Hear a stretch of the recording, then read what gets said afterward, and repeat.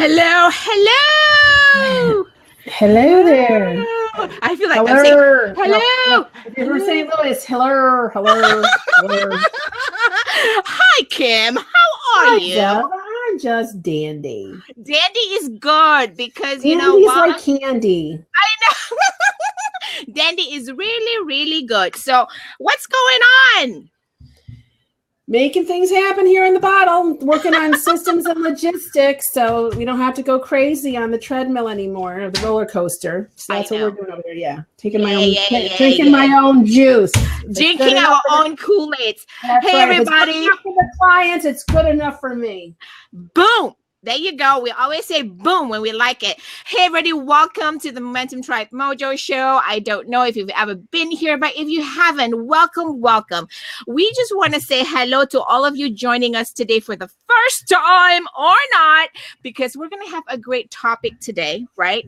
We're all going to talk about, how to lead a family business to thrive. But you know what? Before we all get started, let's just go do a quick introduction, because some of you are probably new. You're probably like, who the heck are they? But anyways, I'm going to let Miss Kimmy right here do her quick intro, and we'll go there from there. Okay, quick. I'm Kim. Hi. Okay.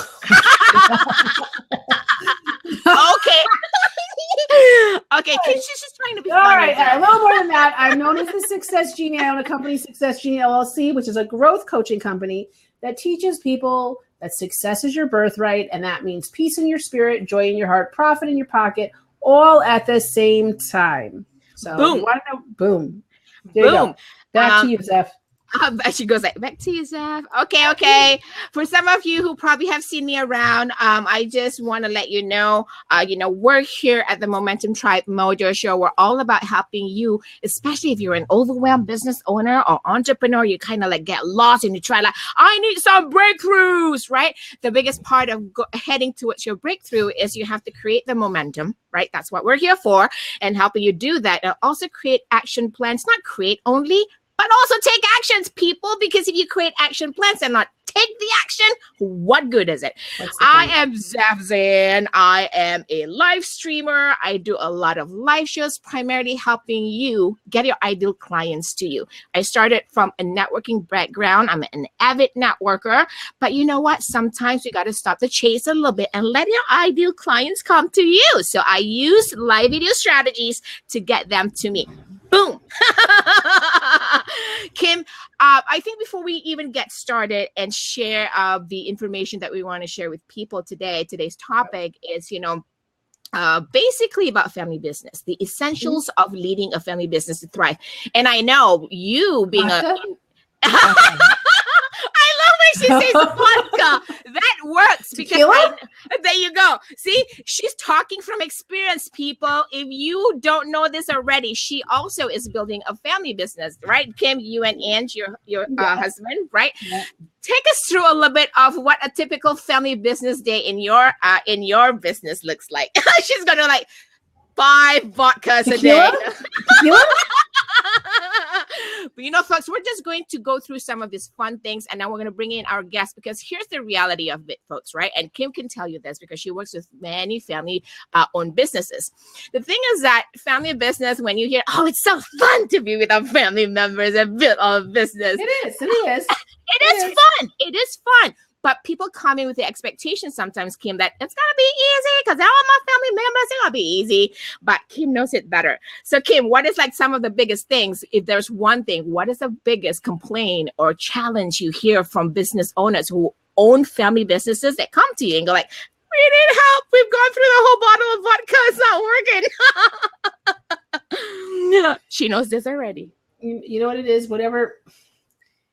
This is the challenge with the family business, and it's great. They're very successful family businesses, but when it changes, what happens is when the businesses go to the second, third generation, very few family businesses ever make it to the third generation, and there's a lot of reasons for that.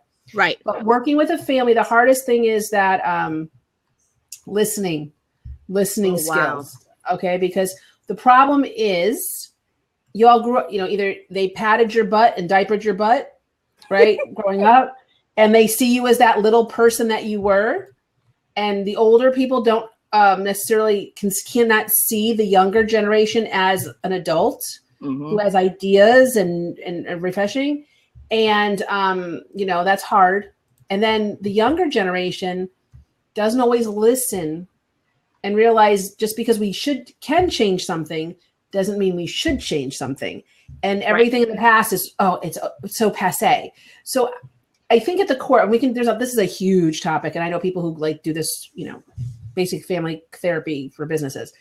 But I think the main challenge is listening, and the saying familiarity breeds contempt.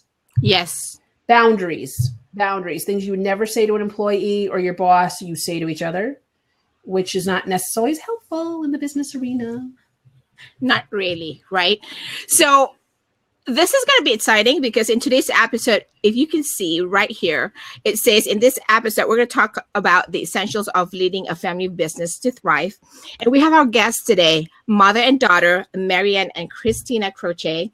And I'm just going to bring them up a little bit, but basically, this is just a little bit of their information. Maryann and Christina, mother and daughter team that helps you make informed decision about your transmission repair and auto service. So this is what they started in their business, and we're going to talk a little bit about how they've been in here for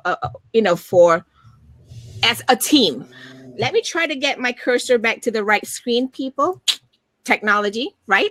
So I'm going to bring them up. I'm going to send an invite to Maryann, who's actually in the room with us, and let her come on and say hello. I'm excited because this is important. Having a business. Hey, hello. How are you? And let me bring up Christina too. Christina, hi. Hello. How are you? Good. I am so happy that you both are here with us today because this is a great topic. And just like, Kim mentioned earlier about how important this topic is for some of those people out there who are building businesses with their family members, right? So before we get started, Maryann, let's get a quick introduction of who you are and your business. And then we'll get Christina to say hello. Okay. So yes, I am known locally as the lady who takes the fear out of auto repair. Oh, I love that. Boom. I love that. Our goal is to inform our customers and our community so that they feel empowered to make better repair decisions and maintenance decisions. So my husband and I have owned our shop since 1999. Wow, that's a long time. And have you seen, the different times, the business have changed and what you have had to change along with it? Because technology itself is going to be one change that you always have to keep up with, right? Oh, yeah, definitely. I'm sure Christina knows about this. So let's go. Yes. She's part of this conversation. And I think Kim sees this a lot also, is the fact that I may be wrong because I haven't had the opportunity to build a family business in the way that you've done, Maryann. But I feel like, one of the challenges in family business, when you bring the younger generation in, that's this generation gap, right?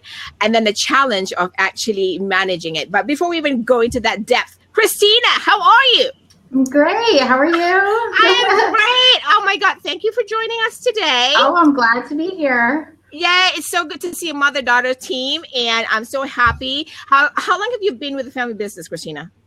Well, actually, I started back when I was 16. We all had an opportunity to be in the business. Okay. So when I was 16, we started a little bit, and then I moved on. I went to college, and actually now I've been there for almost 2 years, basically. Yeah.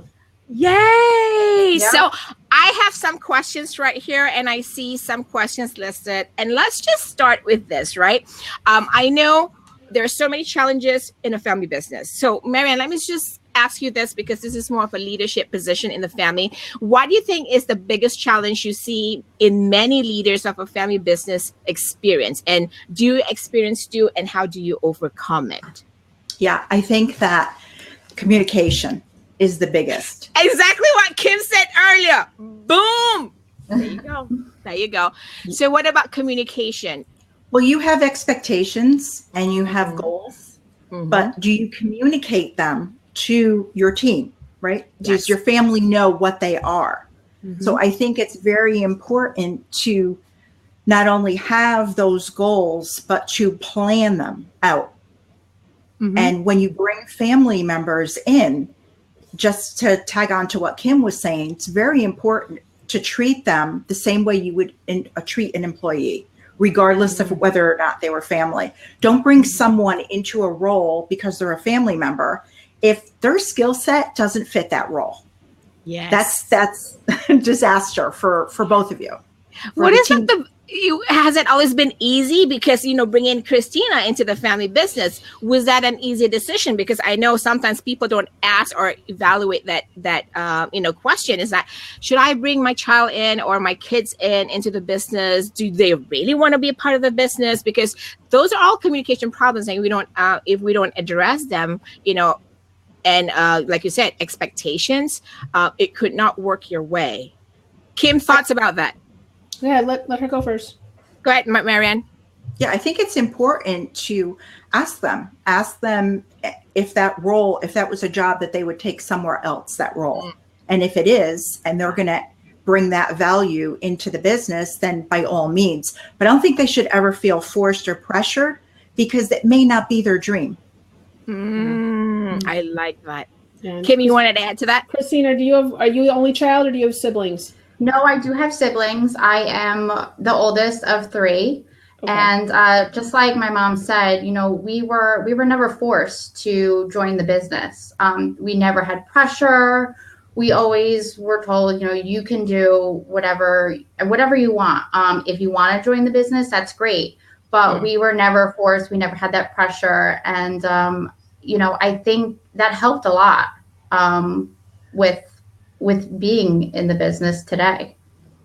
That's awesome. Very good, Chris. Here's where it falls apart. This is where it starts right now. 3 kids. Now, I'm using you guys as a template. Not that I know. I've never met any of you. I don't know any of you. I'm just using you as a template. And I have family-owned businesses I grew up with. 3 kids, right?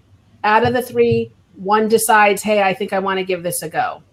Problem number 1 is, just because they're related doesn't mean they rule the school. That sometimes does not get communicated.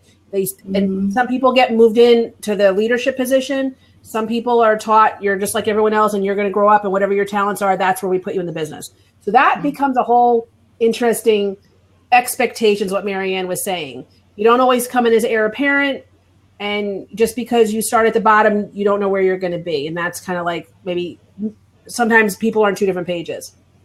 Also, 1 decides they really want to learn the business. They do. They become an integral part of the business. They grow up the ranks. Maybe they even start a leadership position in the business. Mom and pop, what's that back? I'm here. Okay, it's okay. Mom and pop get older, and maybe one of them is no longer here. The other one is, it's ready to pass the baton. Well, now it's an estate issue.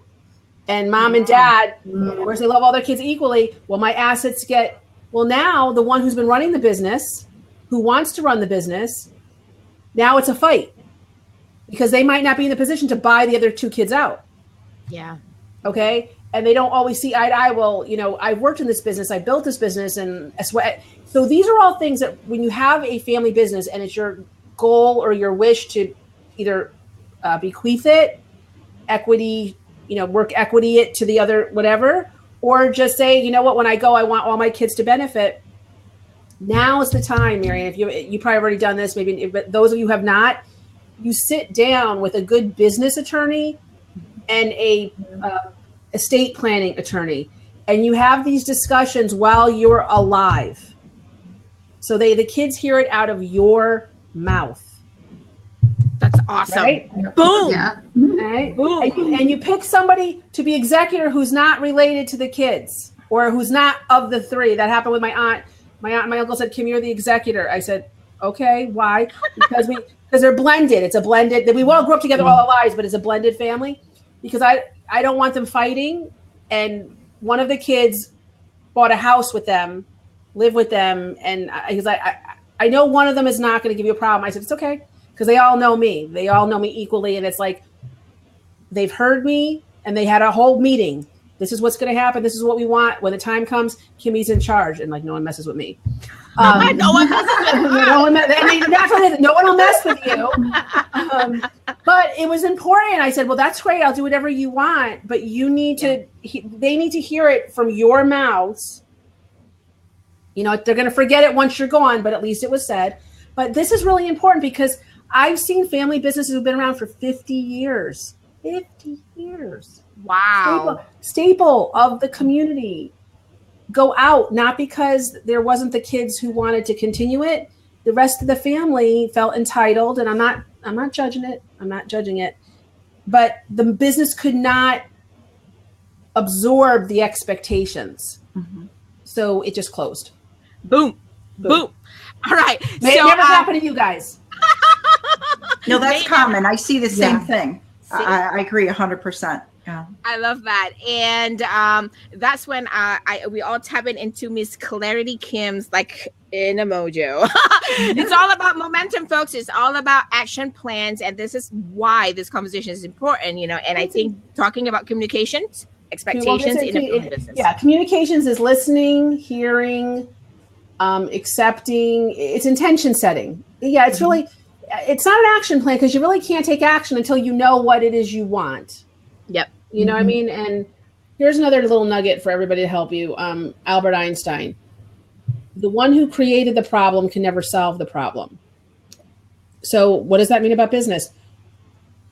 The person, and this is a hard pill for us mom and pop shops to handle, but everyone who's ever built a company beyond like a CEO, like even Microsoft, a great example.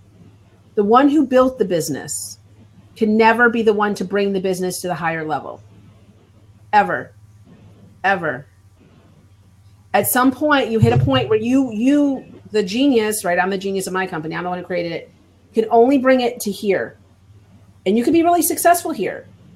But if you want to bring it to here, you have to let go to grow. Someone else has to take over, use your integrity, your vision, your wisdom, your blueprint. And that's one of the real reasons why Microsoft, Bill Gates stepped down as CEO. Yes, he had other things he wanted to do, but he knew he had taken the company as far as he could take it by himself. Okay, we're gonna have that hashtag let go to grow. Boom. Hashtag that, people. All right, here's another question I wanted to ask. You know, what are the 3 don'ts in a family business that you've practiced, Maryann? Well, one of them is don't assume. Don't assume that everyone is on the same page as you. Oh, wow. That's powerful. Very powerful. Yeah, I think that's very important. You know, it does go back to fix that with the clear communication. And I also believe what is very important is, well, we discussed it a little bit earlier, but don't put someone into a position out of sympathy, or if you gave someone else a position in your job, you know, what you were saying earlier, Kim, well, I put one sibling in, I should offer the other sibling a job as well. Don't make that mistake. Separate work from home. And if they have that skill set, definitely go in and love that. And the other thing is once they're in the business, I think it's very important not to take them for granted. It's very easy to have that relationship that you have in home life, right? We were all raised, we know all the different nuances, people's personalities, but you really want to give them the respect that they deserve and appreciate their skill set and what they have to offer, what they have to bring to the business. And I think by giving them that respect, you're also allowing them to bring new ideas, and they see the blind spots when you bring them in. They may see blind spots there. And what's very important is once you know all this, is then are you going to be receptive to the change? I love that. So, folks, if you're right here in the room with us, there's a question that I am answering right now. Maryann is answering right now, and there's a tab that says question and answers. I've actually put in the number 1, 2, 3 that Maryann just mentioned earlier. Number 1, don't assume. Number 2, don't put someone into a position just because he or she is a family member, and then don't take family members for granted. Boom, people. And I just want to do a quick shout out to everyone who's watching on Facebook. Christina Booth is here. was here or is still here, Catherine Avery, Cindy, and Carlos. And Carlos just said this, Kim, he says, let it go, let it go. Even though it's no audio. That's my favorite video. That's my favorite video. Let it go to girls. So let's say, let it go, let it go. Yeah, I love that. So many clients, I put that video on and made them dance to it until they got it. There you go, get it. A little bit vodka and tequila would help too, right? Vodka and tequila work very well some days. I do want to ask Christina this quick question. Christina, what is your role at the business, and what is like the biggest challenge you face, coming into a business from a different generation, from your parents? And what are some of your tips for some of the folks out there who are probably coming into their family-owned business by their parents? So my role is I mainly focus on the marketing within the business. She's the marketing gal! Yeah. We are on all social media sites, so we try to keep current on that. I love just trying to find new ways to post things, especially what's happening within the business, to educate our customers. It's really great way to stay connected with our community and our customers as well. Also, we do a lot of blog posts within our website, so we stay current on that. And I also oversee the customer service section because we think it's a great way for the customer service and the marketing person to be connected. The customer service might be seeing repetitive questions or concerns within our customers, and I implement them within the marketing to address them. So those are my two main roles that I'm doing right now. Yeah. Doing marketing. So here's the thing, right? So this is a mother-daughter question too, because like I said, you come from a different generation, and we experience this, right, Kim? Because we don't have to be a different generation, but we see it out there a lot. Because the newer generation, I may be wrong, but I've seen this a lot, prefer text, right? And then they text and they communicate that way. And marketing, everything involves in social media, everything digital. And then Maryann, you come for a different generation. Hey, we maybe do ads or we go out there networking. What, Christina, has been like one thing that has been a marketing strategy that you are trying to implement in this digital age that you're trying to work with your parents, making them see our generation and older? Yes, because it's not the easiest thing, because you're doing marketing, right? And then sometimes in a family business that has this generation gap, right? It's trying to make them understand the value of the next marketing strategy. Yeah, absolutely. Especially, that's actually one of the challenges that I'm dealing with. It's the old school ways. It's hard to break them. Yes. And I think I'm more willing. Y'all know who you are out there. I think I'm more willing. Miss my A-track. You don't even know what an A-track is, Christina. It's okay. I've heard of them. I've heard of them. You see, I got it out of her. She wasn't sure, like, should I be saying this? But I told them, when they come on, just let it out raw. I mean the truth. Yeah, because that's the truth. What is that, Auntie? What is that? That's a good throwback Auntie post. For real. Like, really? What is this? So we recognize that challenge. How do you say one step, an example, if you were to overcome that, share that out with our audience out there? Definitely bring your ideas, to the table. There's ways that you can approach different ideas or new technology, and you can see how they can be implemented. I found ways where I would give an example of, if we're doing a process or steps that take, longer, I say, I found a way that we can do it in, 2 steps. Right. So it's just showing them that we could be doing this a whole lot easier, and it will also better the company, but also, better the customer experience. And that's what it's really about. Carlos is saying here on Facebook, he says the younger generation sometimes doesn't even understand the younger generation. It's a lot because you know. I'm going to stick up for the younger generation. They do know. Because they know, they do think there's a lot. No, they have a brilliant gift of the way they see the world, and this technology is wonderful, but it's not serving them, and we'll get to that, and that where we can be of value to them, because it's still they're going to need the skills that we have with them. But Maryann, how successful has Christina? That's a great approach that Christina said. How has that approach worked since you're the boss lady in your business? How has that that approach helped you to see things that you might not have seen without her? Well, it's been wonderful because I love her fresh ideas, her take, and knowing the millennial, generation is so nice to have someone, having family on your team, they care, but that doesn't mean that only family members care. A lot of members in a company or a business will care because they want to be part of someone or a company that's making a difference. Mm-hmm. So I think that's important to say as well. It doesn't always have to be only family members, but Christina's brought so much to the table. Goosies. She introduced Instagram. Mm-hmm. I have goosies because you said the word care. And I think that is the biggest thing. That's employee culture. That's what speaks to employee culture. So Instagram has been a revolution. We're blessed to have the team that we do. We really are. We have a caring team. And that doesn't happen by accident. So that says a lot about your management and leadership, Maryann. Absolutely. There you go. But I think human beings are inherently caring.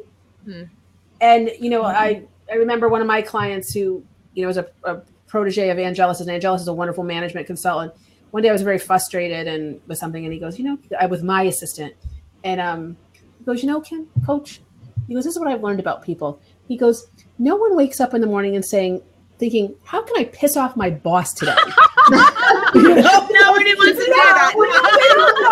Strategizing. And I'm like, okay, all right. That was good. So, and it comes to communication. One of the things that I think I love about the millennials is the way they communicate, that they can get the word out there really fast. And, and they really, and it's been helpful to me because it's the way the world is going. We don't listen anymore. We don't read anymore. We see, mm-hmm. And we don't read. We watch sound bites.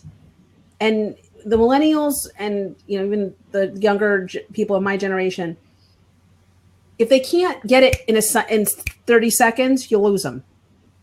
And I think even as old, the older generation, I can't believe I'm old enough to say I'm the older generation. I'm not like she's dating herself. Hello. I'm the middle generation. I'm not the wise old woman yet. But yet. But we're so busy, and we're all in information overload. We're scanning because we only have so much time, and it's what's going to get my attention. So they're really good. I think from a marketing point of view, to be Christy going in the marketing field and with all the technology, it's awesome. What is lost? Because is what's lost in this technology is the interpersonal skills. Mm-hmm. You get a millennial or a texter, even 35, and they're not millennials. They're like, and you want to talk, and they go, huh? Like face to face. They're like. Who's lived on it. And I said, he was always looking for our attention. I said, Sydney, put that down at dinner. She's like, why? I go, so we can talk. About what? And I go, whatever you want. And then she's like, I like this sitting at the family table having a discussion. I'm like, yeah, old school. But she's a genius. She's a little, she's going to be the next director. It's the way she does with technology. But they don't, not you, Christy, but they don't have the opportunity, which it is family-owned business, dealing with conflict.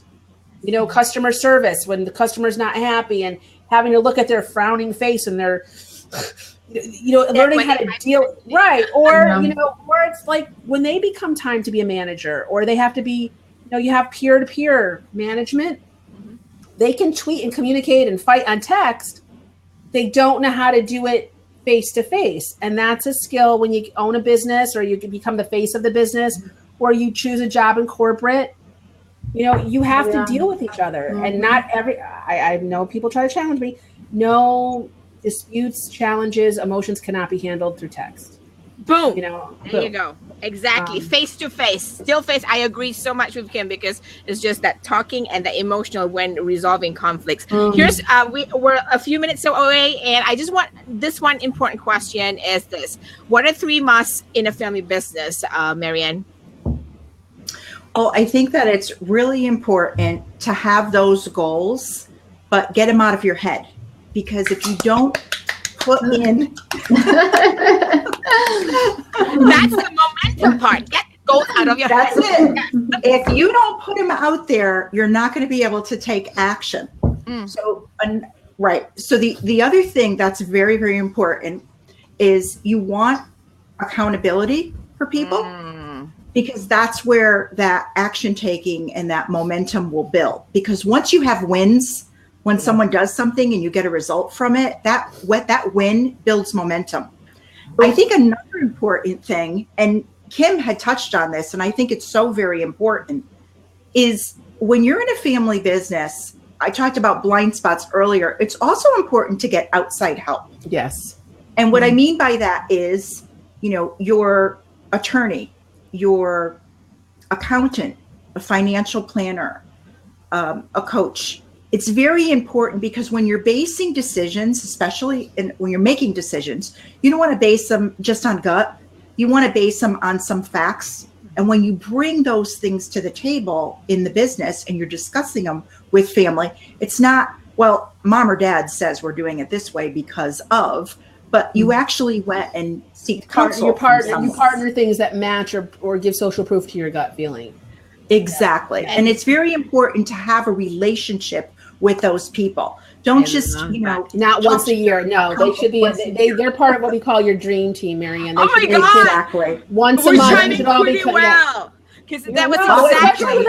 Especially with a business like theirs, it's high volume. It's a lot of moving parts, literally parts, and people. And yeah, you need to keep it. You need to keep it fresh. You need to, and things are happening, and like. And two, you know, people aren't like parts. They have lives and they get in the way, you know, and it's the reason why they're, and that, I just said that, right? And it's like, no, your life is the reason why you're here, and your job is a part of that. But, you know, life balance for business owners. I love that. Whenever she says that, a dream team word, and I always say that in our shows, this is why we're creating a culture of dream team. And sometimes people overlook how important it is to get the outside help to build your own dream team.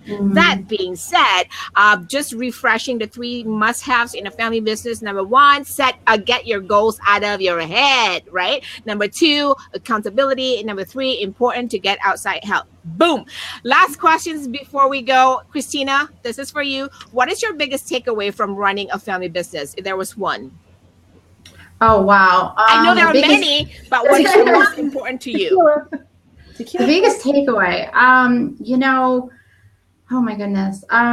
She's like, I have so many. I know. Well, it's, you know, you see your family in a totally different environment, and you appreciate it. I mean, especially like when I started, you know, I didn't see my parents at work, and you see them as different people. You know, you see them in a work environment, and I think that's like dorks, are they? They're not so dorky at work. You know, you see them in a professional setting, and then also you see like what they really developed.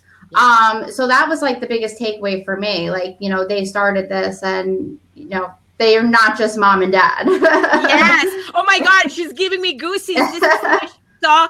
You know, I think you've learned to appreciate all the ground foundation work that they have started, and seeing them in action, which is, oh my God, still more goosies. Because sometimes when we have, you know, mom and dads that go to the 9-to-5 job or a business that you're not involved in, you just take things for granted, and you go like, okay, they're at work. But being in the family business, doing the things that they're also doing, you go, wow, how much they've accomplished. And I would like to be part of this history. Oh my God, I'm still having But this has been an awesome topic, and I want to thank you both ladies for joining us today here on the Momentum Tribe Mojo Show. And thank you for taking the time out of your busy schedule.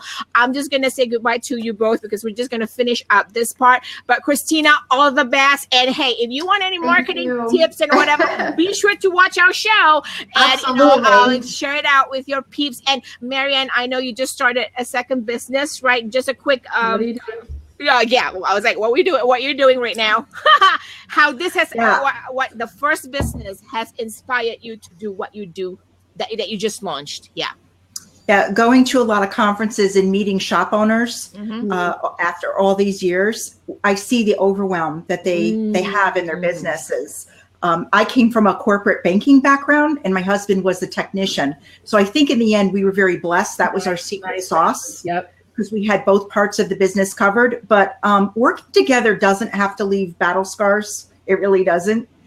So it's not always easy. It's not always, pleasant. You have to be able to realize your strengths and weaknesses. I think communication is key, but it definitely brought us closer. I appreciate him, more and more as years go on, and we still like each other. That's important. That's important. All right, thank you so much for joining us today, ladies. And where can Christina? Because she's the marketer.